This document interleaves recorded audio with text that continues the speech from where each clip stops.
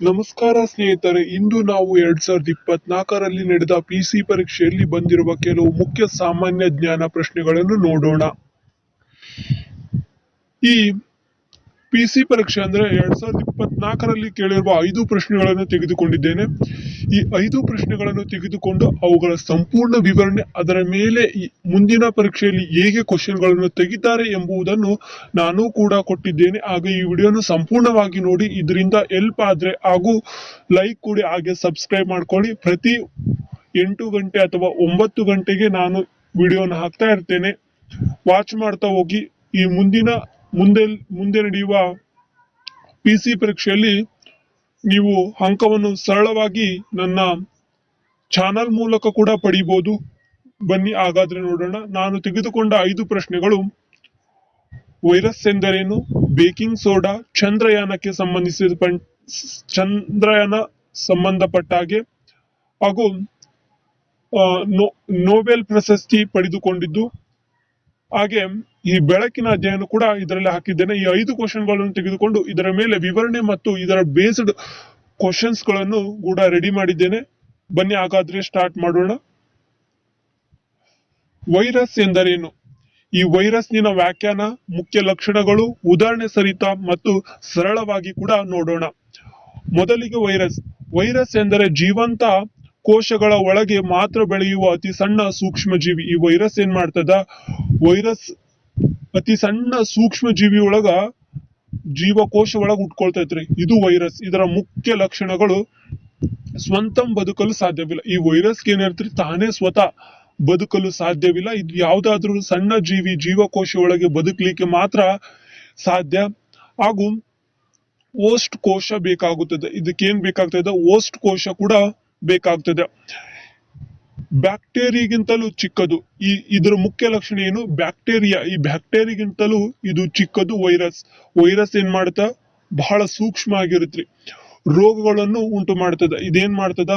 ಈ ಬ್ಯಾಕ್ಟೀರಿಯಾ ಯಾವ ತರ ರೋಗವನ್ನು ಉಂಟು ಮಾಡ್ತದ, ಅದೇ ರೀತಿ ಕೂಡ ಈ ವೈರಸ್ ಕೂಡ ರೋಗವನ್ನು ಉಂಟು ಮಾಡುವ ಸಾಧ್ಯತೆ ಐತ್ರಿ. ಉದಾಹರಣೆಗೆ COVID-19 ವೈರಸ್, ಡೆಂಗು ವೈರಸ್, ಹಾಗೆ ಹೆವಿ ವೈರಸ್, ಇವು ಏಡ್ಸ್ ಅಂತೀವಲ್ಲ, ಆತರ ಏಡ್ಸ್ ವೈರಸ್. ಈ ವೈರಸ್ಗಳು ನೀವು ನೋಡಿರ್ಬೋದು. COVID-19 ಎಷ್ಟು ವೈರಸ್ ಎಷ್ಟು ಡೇಂಜರ್ ಇತ್ತು ಅನ್ನೋದು. ಆ ವೈರಸ್, ಬ್ಯಾಕ್ಟೀರಿಯಾ ಬೇರೆ, ವೈರಸ್ ಬೇರೆ. ಇದು ಕೂಡ ನೆನ್ಪಿಟ್ಕೊಳ್ಳಿ. ಬ್ಯಾಕ್ಟೀರಿಯಾ ಬೇರೆ, ವೈರಸ್ ಬೇರೆ. ಆಮೇಲೆ ನಾನು ಬೇಕಾದ್ರೆ ಇದ್ರ ಬಗ್ಗೆ ಡಿಫ್ರೆನ್ಸ್ ಕೂಡ ತಿಳಿಸ್ತೀನಿ. ಬನ್ನಿ ಸರಳವಾಗಿ ನೋಡೋಣ. ವೈರಸ್ ಬದುಕಲು ಇತರ ಜೀವಿಗಳ ಮೇಲೆ ಅವಲಂಬಿತ. ಈ ನೋಡಿ ವೈರಸ್ ಈ ಪಿಸಿ ಪರೀಕ್ಷೆಯಲ್ಲಿ ಕೇಳ್ಬೋದು, ಅಂದ್ರೆ ಪೊಲೀಸ್ ಕಾನ್ಸ್ಟೇಬಲ್ ಪರೀಕ್ಷೆಗಳಿಗೆ ಕೇಳ್ಬೋದು.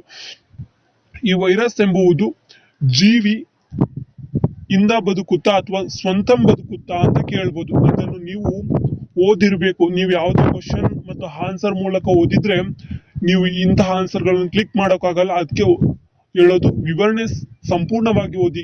ಎದಕ್ಕೋಸ್ಕರ ನಾವ್ ಹೇಳೋದು NCERT ಪುಸ್ತಕಗಳನ್ನು ಓದ್ಬೇಕಂತ. ಸೊ ಅದಕ್ಕೋಸ್ಕರ ಹೇಳೋದು, ಇವು ನಾವು ಓದ್ಕೊಳ್ಬೇಕು. ಹಾಗೆ ಬರೋಣ್ರಿ. ಎರಡನೇದು, ಬೇಕಿಂಗ್ ಸೋಡಾ ಎಂದರೇನು? ಬೇಕಿಂಗ್ ಸೋಡಾಕ್ಕೆ ವೈಜ್ಞಾನಿಕ ಹೆಸರು ಸೋಡಿಯಂ ಕಾರ್ಬೋನೇಟ್. ಬೇಕಾದ್ರೆ ಈ ಪಿಸಿ ಪರೀಕ್ಷೆಯಲ್ಲಿ ನೋಡಿ 2024 ಅಲ್ಲಿ ಬೇಕಿಂಗ್ ಸೋಡಾ ಎಂದರೇನು ಅಂತ ಕೇಳಿದ್ದಾರೆ. ಹಾಗಾಗಿ ಸೋಡಿಯಂ ಕಾರ್ಬೋನೇಟ್ ಇದರ ವೈಜ್ಞಾನಿಕ ಹೆಸರು. ಇದರ ಉಪಯೋಗಗಳು ಗೊತ್ತುಂಟು ನಿಮ್ಗಾಗ್ಲೇ. ಇದು 9th 8th ಅಲ್ಲಿ ಈ ಬೇಕಿಂಗ್ ಸೋಡಾದ ಬಗ್ಗೆ ಅಧ್ಯಯನ ಮಾಡಿದ್ವಿ. ಕೇಕ್, ಬ್ರೆಡ್, ಜೀರ್ಣ ನಿರ್ವಹಣೆ ಇವೆಲ್ಲ. ಆಗ ನೋಡಿ, ಅಗ್ನಿಶಾಮಕಲ್ಲಿ ಕೂಡ ಬಳಸ್ತಾರೆ ಇದನ್ನ. ಇದರ ಲಕ್ಷಣ ಸ್ವಲ್ಪ ಕ್ಷಾರೀಯ ಪದಾರ್ಥ ನೀರಿನಲ್ಲಿ ಕರಗುತ್ತದೆ. ಇದರ ಲಕ್ಷಣ ನೀರಿನಲ್ಲಿ ಕರಗುವ ಪದಾರ್ಥ. ಈ ಬೇಕಿಂಗ್ ಸೋಡಾದಲ್ಲಿ ಆಪ್ಷನ್ ಇಟ್ಟು ಇದರಲ್ಲಿ ಯಾವುದು ನೀರಿನಲ್ಲಿ ಕರಗುತ್ತೆ ಅಂತಾನು ಕೇಳ್ಬೋದು. ಸೊ ಅದಕ್ಕೋಸ್ಕರ ವಿವರಣೆಯನ್ನು ಕೂಡ ಚೆನ್ನಾಗಿ ಓದ್ಕೊಳ್ಳಿ. ಸರಳವಾಗಿ ಹೇಳ್ಬೇಕಾದ್ರೆ, ಬೇಕಿಂಗ್ ಸೋಡಾ ಅಡುಗೆ ಪ್ಲಸ್ ಔಷಧಿ ಪ್ಲಸ್ ಕ್ಲೀನಿಂಗ್ ಗೆ ಉಪಯೋಗವಾಗ ರಾಸಾಯನಿಕ. ಈ ನೋಡ್ಬೋದು ನೀವು ಅಡಿಗೆ ಮನೆಯಲ್ಲಿ ಕೂಡ ಯೂಸ್ ಮಾಡ್ತೀರಿ. ಹಾಗೆ ಔಷಧಿ, ಕ್ಲೀನಿಂಗ್ ಕೂಡ, ಇಲ್ಲಿ ಪಾತ್ರೆಗಳನ್ನು ತೊಳೆಯುವಾಗ ಕೂಡ ಇದನ್ನ ಬಳಸ್ತೀವಿ. 3ನೇ ಕ್ವಶನ್, ಚಂದ್ರಯಾನ ಲ್ಯಾಂಡರ್ ಮತ್ತು ರೋಮರ್ ನ ಹೆಸರೇನು? ಚಂದ್ರಯಾನ 3ಕ್ಕೆ ಸಂಬಂಧಿಸಿದಂತೆ ಇವೆರಡು ಮೇನ್ ಇಂಪಾರ್ಟೆಂಟ್, ಲ್ಯಾಂಡರ್ ಮತ್ತು ರೋಮರ್. ಈ ಲ್ಯಾಂಡರ್ ನ ಹೆಸರು ವಿಕ್ರಮ್ ಅಂತ ಕರೀತಾರೆ, ನೆನ್ಪಿಟ್ಕೊಳ್ಳಿ. ವಿಕ್ರಮ್ ಅಂತ ಕರೀತಾರೆ. ಈ ರೋಮರ್ ನ ಹೆಸರು ಪ್ರಯಾಗನ್ ಅಂತ ಕರೀತಾರೆ. ಈ ವಿಕ್ರಮ್ನ ಕೆಲಸ ಏನಪ್ಪಾ ಅಂದ್ರ ಚಂದ್ರನ ಮೇಲೆ ಇಳಿಯುವುದು. ಹಾಗೆ ಪ್ರಯಾಗ್ನ ಕೆಲಸ ಅಂದ್ರೆ ಚಂದ್ರನ ಮೇಲ್ಮೈನನ್ನು ಸಂಶೋಧಿಸುವುದು. ಓಕೆ, ಅರ್ಥ ಆಯ್ತಾ? ಹಾಗೆ ವಿಶೇಷತೆ ಅಂದ್ರೆ ಭಾರತವು ದಕ್ಷಿಣ ಧ್ರುವದಲ್ಲಿ ಇಳಿದ ಮೊದಲ ದೇಶ. ಇದು ಬಹಳ ಇಂಪಾರ್ಟೆಂಟ್ ನೋಡಿ. ಭಾರತವು ದಕ್ಷಿಣ ಧ್ರುವದಲ್ಲಿ ಇಳಿದ ಮೊದಲ ದೇಶವಾಗಿದೆ. ಹೋಯ್ತಾ ಈ ಚಂದ್ರಯಾನ ಸಂಬಂಧಿಸಿದಂತ ವಿವರಣೆ. ಹಾಗೆ 4ನೇ ಕ್ವಶನ್, CV ರಾಮನ್ ರವರಿಗೆ ನೊಬೆಲ್ ಪ್ರಶಸ್ತಿ, ಮೊಬೈಲ್ ಅಲ್ಲ ನೊಬೆಲ್ ನೋಡಿ, ಮೊಬೈಲ್ ಅಲ್ಲ ಇದು ನೊಬೆಲ್ ಪ್ರಶಸ್ತಿ ಯಾವುದಕ್ಕೆ ದೊರೆತಿದೆ? ವಿಶೇಷವಾಗಿ ಇವರಿಗೆ ಬೆಳಕಿನ ಚದುರುವಿಕೆ, ಈ ಬೆಳಕು ಚದುರುವಿಕೆ ಬಗ್ಗೆ ಇವರಿಗೆ ದೊರೀತಕ್ಕಂಥದ್ದು ಈ ನೊಬೆಲ್ ಪ್ರಶಸ್ತಿ. ಯಾವ ವರ್ಷ ಇವರಿಗೆ ನೊಬೆಲ್ ಪ್ರಶಸ್ತಿ ದೊರೀತದಂದ್ರೆ 1930ರಾಗ. ಇದರ ಮಹತ್ವ ಏನಂದ್ರೆ ಬೆಳಕು ಪದಾರ್ಥಗಳ ಮೂಲಕ ಹಾದು ಹೋಗುವ ಬದಲಾವಣೆ ಎಂದು ಸಂಶೋಧನೆ. ರಾಮನ್ ಪರಿಣಾಮ ಎಂದು ಕೂಡ ಕರೀತಾರೆ. ರಾಮನ್ ಪರಿಣಾಮ ಎಂದು ಕರೀತಾರೆ. ಈ ಸರಳವಾಗಿ ನೆನ್ಪಿಟ್ಕೊಳ್ಳೋದಾದ್ರೆ ಬೆಳಕು ಹೇಗೆ ವರ್ತಿಸುತ್ತದೆ ಎಂಬುದರ ಬಗ್ಗೆ ಕಂಡುಹಿಡಿದ ಪ್ರಶಸ್ತಿ. ಇದು ಕೂಡ ನೆನ್ಪಿಟ್ಕೊಳ್ಳಿ ಸರಳವಾಗಿ. 4ನೇ ಕ್ವಶನ್, LED ಲೈಟ್ ಇಮಿಟಿಂಗ್ ಡೈಡ್ ಏನು ಪರಿವರ್ತಿಸುತ್ತದೆ? ಇದಕ್ಕೆ ಉತ್ತರ ವಿದ್ಯುತ್ ಶಕ್ತಿಯನ್ನು ಬೆಳಕಿನ ಶಕ್ತಿಯಾಗಿ. ಈ LED ಏನ್ ಪರಿವರ್ತಿಸುತ್ತದೆ ಅಂದ್ರೆ ವಿದ್ಯುತ್ ಶಕ್ತಿಯನ್ನು ಬೆಳಕಿನ ಶಕ್ತಿಯಾಗಿ ಪರಿವರ್ತಿಸುತ್ತದೆ. ಇದರ ಲಕ್ಷಣ ಕಡಿಮೆ ವಿದ್ಯುತ್ನ ಬಳಕೆ, ದೀರ್ಘ ಆಯುಷ್ಯ, ಹೆಚ್ಚು ಪ್ರಕಾಶಮಾನ. ಇಲ್ಲಿ ನೋಡಿ ಇದ್ರ ಎಷ್ಟು ಉಪಯೋಗ ಇದೆ LED. ಕಡಿಮೆ ವಿದ್ಯುತ್ನ ಬಳಕೆ, ದೀರ್ಘ ಆಯುಷು ಮತ್ತು ಹೆಚ್ಚಿನ ಪ್ರಕಾಶಮಾನ ಉಪಯೋಗ. ಈ TV, mobile screen, traffic light, home lighting ಎಲ್ಲ ಬಳಸ್ತೀವಿ, ನೋಡಿದ್ದೀರಿ ಸಾಮಾನ್ಯವಾಗಿ ನೀವು ಈ LED ನ. ಹಾಗೆ ಕ್ವಿಕ್ ರಿವಿಷನ್, 1 ನಿಮಿಷ ಚೆನ್ನಾಗಿ ನೋಡಿ. ವೈರಸ್, ಸೂಕ್ಷ್ಮ ರೋಗಕಾರ ಜೀವಿ, baking soda, NaHCO3, Chandrayaan, Vikram ಮತ್ತು ಪ್ರಯಾಗನ್, CV ರಾಮನ್ ಬೆಳಕಿನ ಚದುರುವಿಕೆಗೆ ಇವರಿಗೆ ಪ್ರಶಸ್ತಿ ಸಿಕ್ಕಿರುತ್ತೆ. LED ಬಲ್ಬ್, ವಿದ್ಯುತ್ನ ಬೆಳಕು, ಇದು ವಿದ್ಯುತ್ತನ್ನು ಬೆಳಕಾಗಿ ಕನೆಕ್ಟ್ ಮಾಡೋದು LED ನ ಕಾರ್ಯ. Okay, must. ನೆಕ್ಸ್ಟ್, ಸ್ಪರ್ಧಾತ್ಮಕ ಪರೀಕ್ಷೆ ಅಂದ್ರೆ MCQ, ಅಭ್ಯಾಸಗಳನ್ನು ಪ್ರಶ್ನೋತ್ತರಗಳು ನೋಡೋಣ. 1ನೇದು ವೈರಸ್ ಎಂದರೇನು? ಉತ್ತರ ಸಿ, ಕೋಶ ಒಳಗೆ ಮಾತ್ರ ಬೆಳೆಯುವ ಸೂಕ್ಷ್ಮ ಜೀವಿ ಈ ವೈರಸ್.